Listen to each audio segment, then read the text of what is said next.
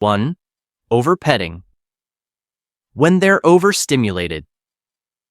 You love that soft fur. It's hard to stop petting. That rhythmic motion feels comforting. For you, and you think, for them too. But then, their tail twitches, their ears angle back. Maybe they glance toward your hand. You think they're just shifting, but they're actually saying, "I've had enough." Cat's skin is loaded with ultra-sensitive nerve endings. What starts as pleasure can quickly turn to irritation, even pain. They're not being moody. They're trying to protect their peace. When you keep petting past that moment, they don't just feel overstimulated. They feel ignored. So next time you sense that tail flick, stop. Let them decide when touch begins and ends. 2. Leaving lights or TV on at night. You might think leaving a light or TV on comforts your cat, that the gentle glow or background noise helps them feel less alone. But your cat's world isn't wired like yours. Cats are crepuscular, creatures of dawn and dusk. Their eyes thrive in soft shadows, not the harsh flicker of artificial light. When the room stays bright, their body doesn't know it's time to rest.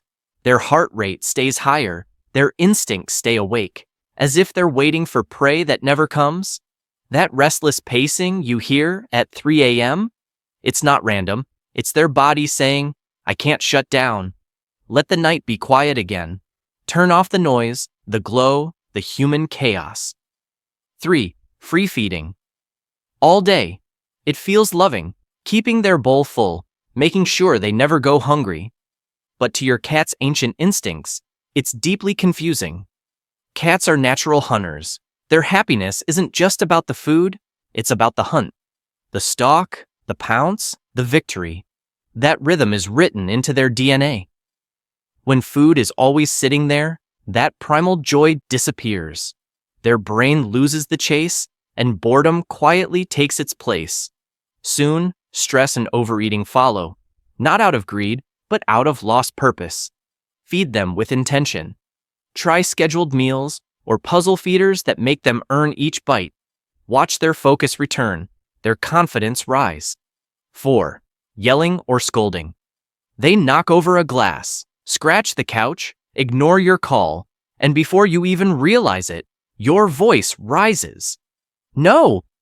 But here's the thing. Cats don't connect punishment with behavior. They connect it with you. When you yell, they don't think, "I did something wrong." They think, "I can't trust you." Your anger doesn't teach them. It startles them. It chips away at safety. Cats learn through calm, not control. Cover what they shouldn't scratch. Redirect their energy. Reward gentle moments. It's not about obedience, it's about trust. Because when your hands stay kind and your voice stays soft, their heart opens again. 5. Ignoring their need for territory. Your cat isn't being dramatic when they hiss at a new pet, guard their favorite blanket, or hide after you rearrange the living room. To them, territory isn't just space, it's security. It's how they make sense of their world. Every familiar scent, every spot they've claimed, forms their emotional map of safety. When you move furniture, bring in new smells, or suddenly scoop them up, it feels like their universe has been redrawn without warning. Even the smallest disruption can make them anxious or withdrawn. So, give them stability.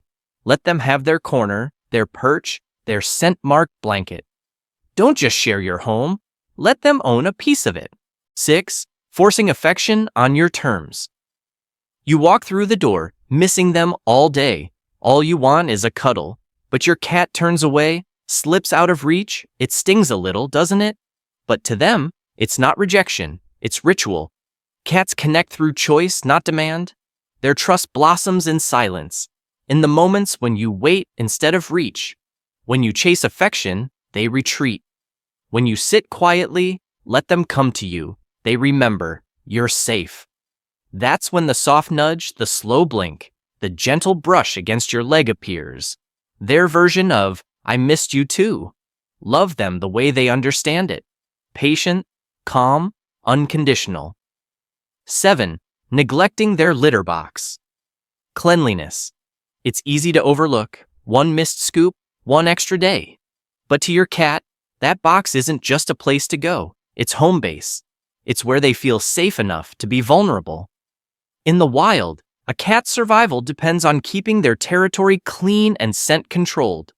A dirty box doesn't just smell bad, it signals danger. Their instincts panic. This isn't safe anymore. When they avoid the litter box or go somewhere else, they're not being stubborn. They're pleading for comfort, for calm. Clean it daily. Place it somewhere quiet, away from chaos. That tiny ritual tells them, I see you, you're safe here. 8. Overlooking playtime. You leave out toys, little mice, crinkly balls, feathers on strings, but they sit untouched, gathering dust. Because to your cat, toys don't equal play. You do. Cats crave motion, interaction, the pulse of a chase that awakens something ancient inside them. In just 5 focused minutes, you can quiet their stress, burn their energy, and strengthen your bond. Without that outlet, frustration builds quietly, turning into anxiety, even mischief. Grab a wand toy. Let it move like prey. Dart, pause, hide, run. When they pounce, they're not just playing. They're remembering who they are, and with a gentle stroke and a calm voice, you've just spoken the language of love through instinct. 9. Ignoring their subtle cues. A turned ear, a flicked tail, a slow blink that ends too soon. To you, it looks random, background behavior. But to your cat, it's a full conversation. Cats speak in whispers, through tiny shifts in posture, tail rhythm, and gaze. When they're uneasy, they won't shout. They'll hint. And when we miss those hints, they stop trying. Their trust doesn't vanish overnight. It fades quietly, replaced by distance. Not from neglect, but from feeling unseen. Start watching closer. Notice the tail twitch before the bite, the blink before the yawn. You'll begin to understand what they've been saying all along. 10. Dismissing their emotional world. Some people still believe cats don't feel much, that they're independent, detached, impossible to read. But science says otherwise. A cat's emotional brain is almost identical to ours. They feel joy, stress, loneliness, even grief, just in quieter ways. When we dismiss their moods as just being cats, we don't just misunderstand them, we mute them. Their silence isn't emptiness, it's communication. Sit beside them when they hide. Speak softly when they seem distant. They may not grasp your words, but they always understand your tone, your energy, your patience, your presence. Because to a cat, love isn't loud, it's consistent.